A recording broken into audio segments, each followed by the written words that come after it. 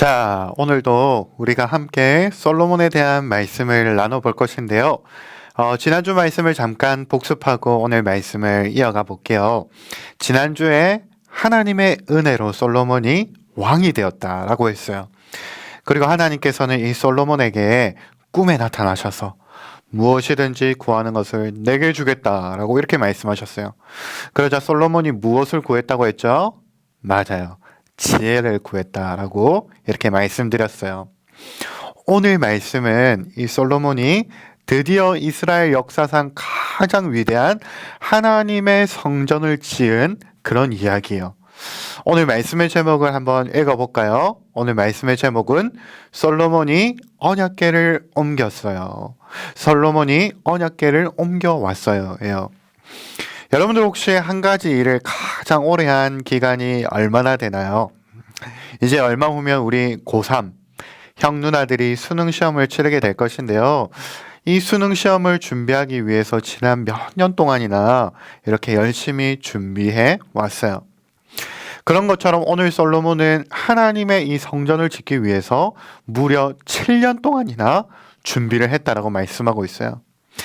자신이 사는 왕궁보다 하나님께서 거하시는 성전이기 때문에 더 많은 시간과 노력을 투자했어요.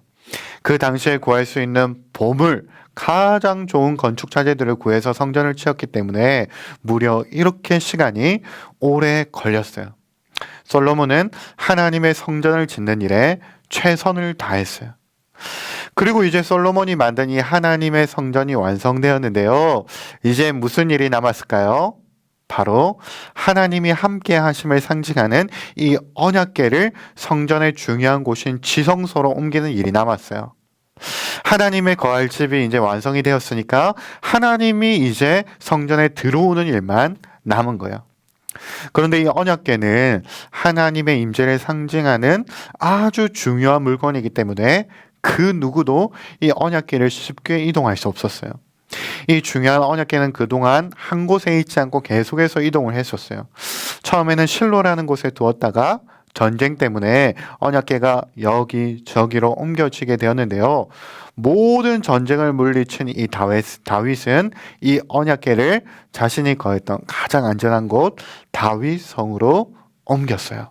그런데 이렇게 다윗성으로 옮길 때 이런 일이 있었어요.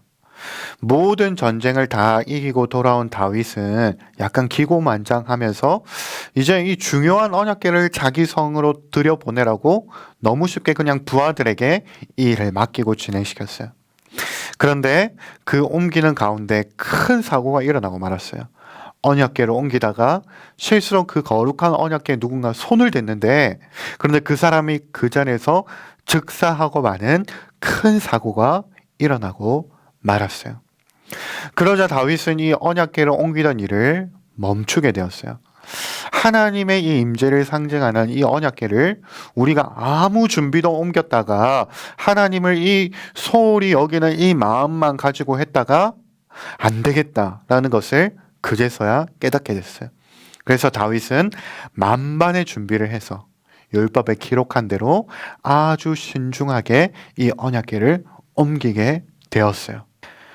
솔로몬은 이처럼 아버지 다윗이 이 언약궤를 수레에 싣고 이동하다가 어려움을 겪은 이 일을 누구보다도 더 잘 알았을 것이에요. 그렇기 때문에 솔로몬은 지금 언약궤를 지금 옮기려고 하는데 이 일을 위해서 만반의 준비를 하고 아주 신중하게 율법에 기록한 대로 옮기려고 노력하고 있어요.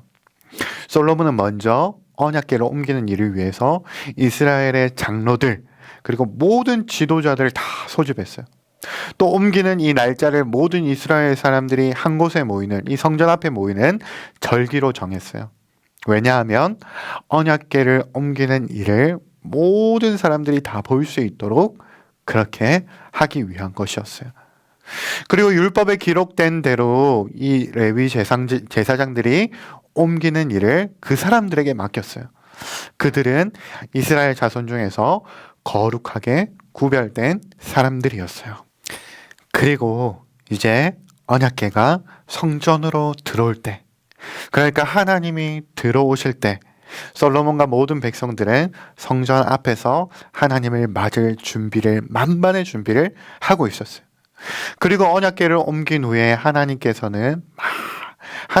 이 많은 양과 서로 기뻐하면서 하나님께 예배를 드렸어요. 언약궤를 옮기는 일에 모든 사람이 기쁨으로 동참하고 하나님께 함께 감사하면서 최선의 예배를 드린 것이요.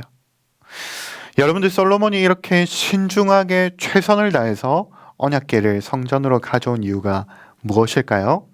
또 왜 하필 이렇게 위험천만한 일을 솔로몬은 강행을 했을까요? 그것은 성전이 바로 하나님이 거해야 하는 곳이기 때문이에요. 성전을 이 솔로몬이 아무리 아름답게 짓고 각종 보물과 장식들이 가득한 곳으로 아무리 엄청나게 지었다고 해도 그 모든 것보다 더 중요한 것은 그 집에 주인이 없으면 안 되는 거예요. 그 집의 주인이신 하나님이 계시는 곳이 바로 성전이었기 때문에 하나님께서 이곳에서 하나님께서 자기 백성들의 예배를 받으시고 또 백성들을 만나 주셔야 하는 곳이었기 때문에 솔로몬은 위험한 것을 알고도 이 이 언약궤를 옮기는 일을 강행했던 것이에요. 여러분, 예수님께서는 이 땅에 오셔서 이제 이 성전의 의미를 이렇게 고쳐주셨어요. 이제 하나님이 거하시는 성전은 우리의 마음이다라고 이렇게 말씀하셨어요.